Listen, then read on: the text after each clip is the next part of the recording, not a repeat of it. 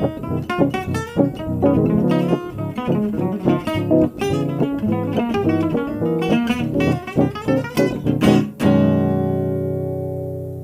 today I have something super cool to show you.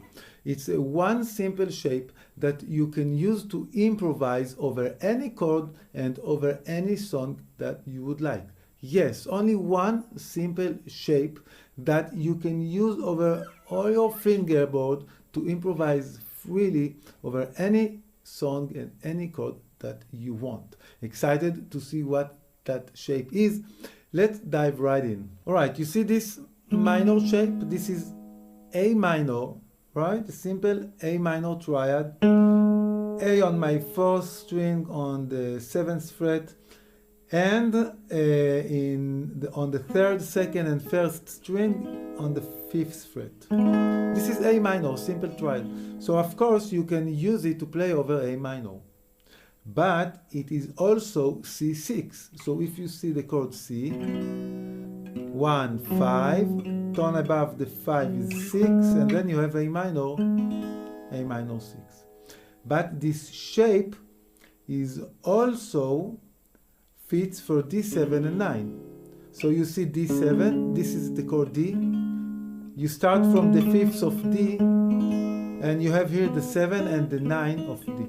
Alright, so one shape that fits over C, over A minor, and over D7.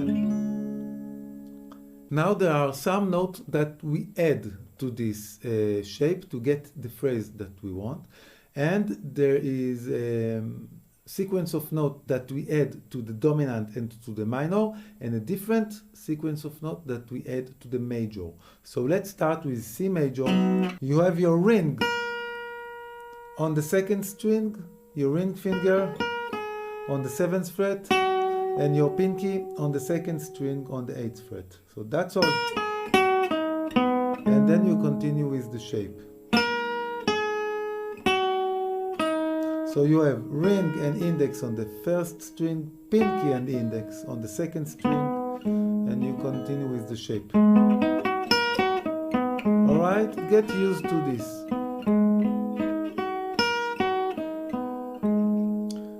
This is for C major, but when we want to play it over A minor or D7, there is a different sequence. It's the pinky on the 1st string and the ring finger on the 2nd string. So you have,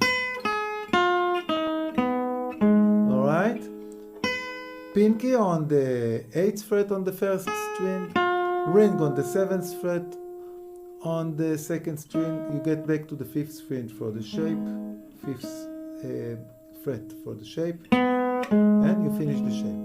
So this is for A minor, this is for D7, and this is for C. Alright? That's all. Now let's take, for example, a very simple tune. Take the A-tune. So take the A-tune, start with the chord of C. So for the C, we have this shape, right? And then there is D7. So for D7, we have the same shape. For A minor, C major, we play. For D7, we play. That's all. And then we have D minor 7, which is here, right, over D. D minor with this shape. D7, G7, which is exactly the same, goes back to C. Here are your chords. C major 7, D7, D minor, G7, same thing, and C.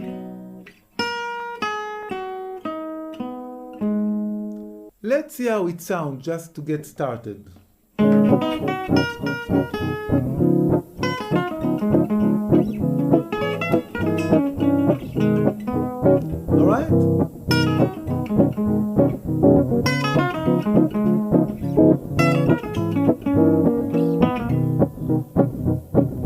What do you say about that?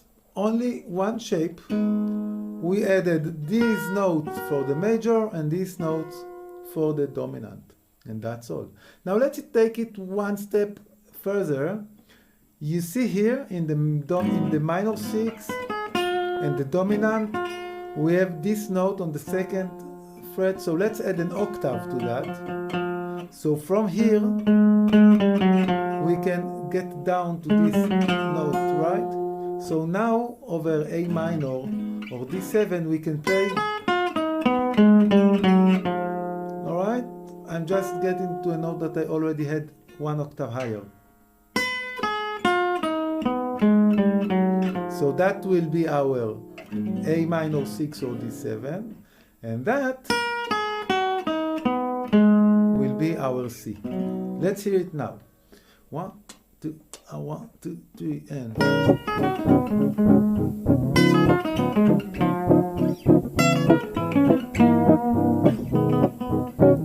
All right.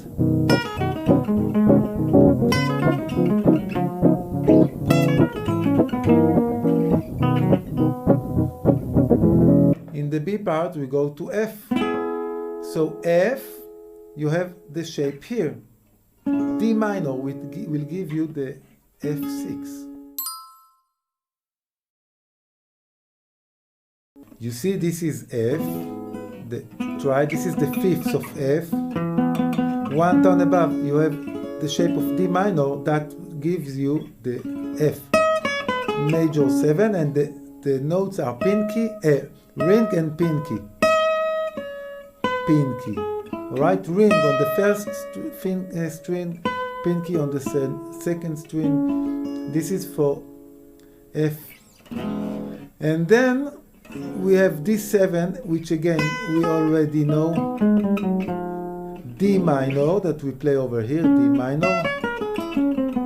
And G, which we play exactly the same as D minor, and that's all. So now let's see what you learned so far, and then we'll add some extra cool stuff to make it a real improvisation.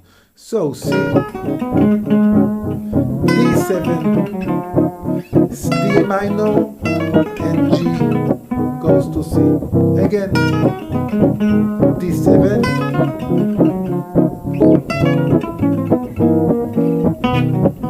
now F, D7,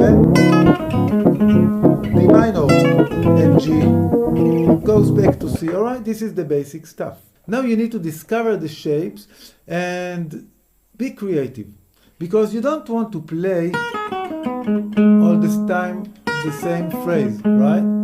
This is only a bunch of notes that you can manipulate, you can play with to create your own new, unique, excited melodies.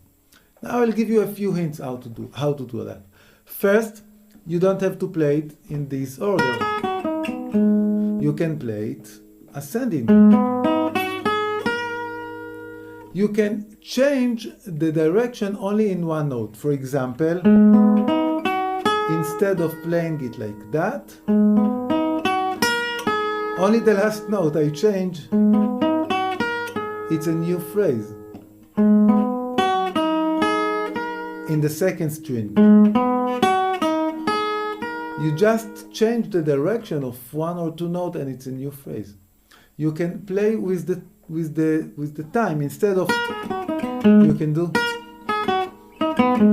all right, or. These are new phrases, new ideas. You just change one direction from one or two notes. You just played with the notes. But this is a very simple shape that you do it only in between. So we are still in C major. You can also play half-tone approach for one of the notes. Jump. You don't have to play them in the same order, so you get.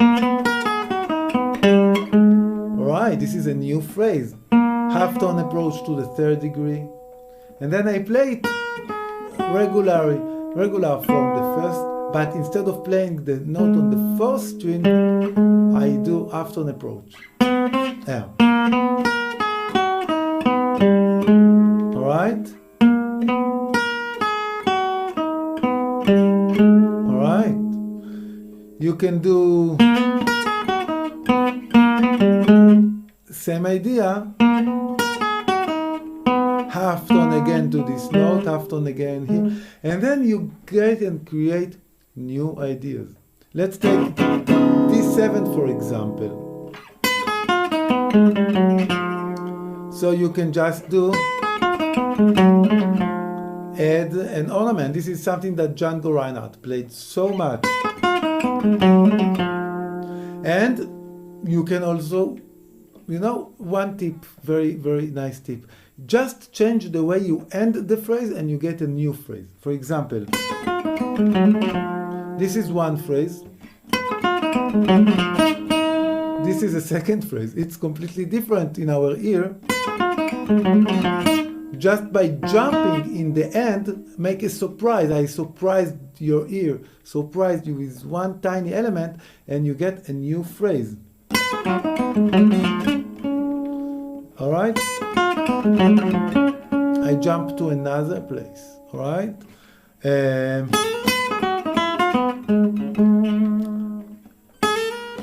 Chromatics. Chromatics from here to here, from here to here. This is a new phrase. This is a new phrase. You just add chromatics.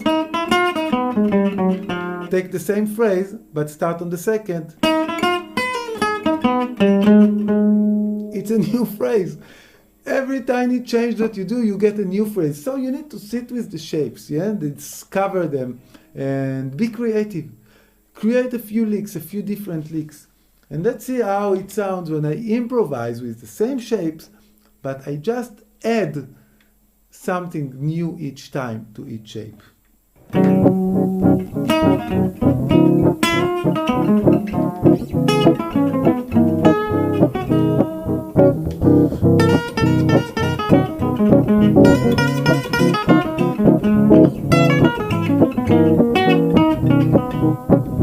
F, D,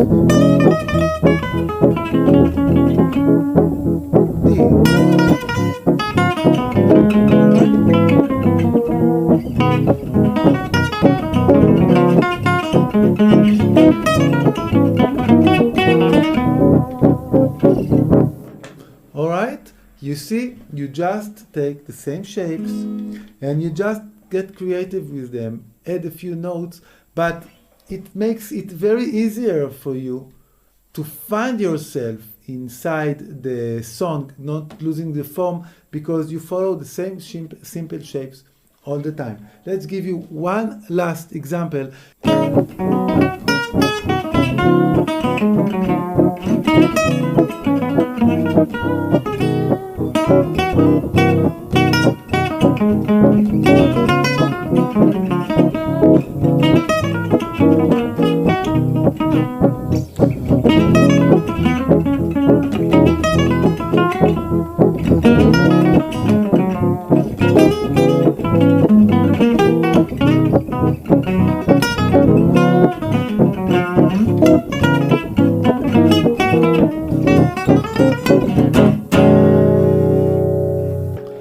I hope you will enjoy playing with this idea. It will make it easier for you to find yourself on the fingerboard when you have the same shapes, the same shape to see, but in different places, and you don't need to look for the codes when you improvise. Thank you.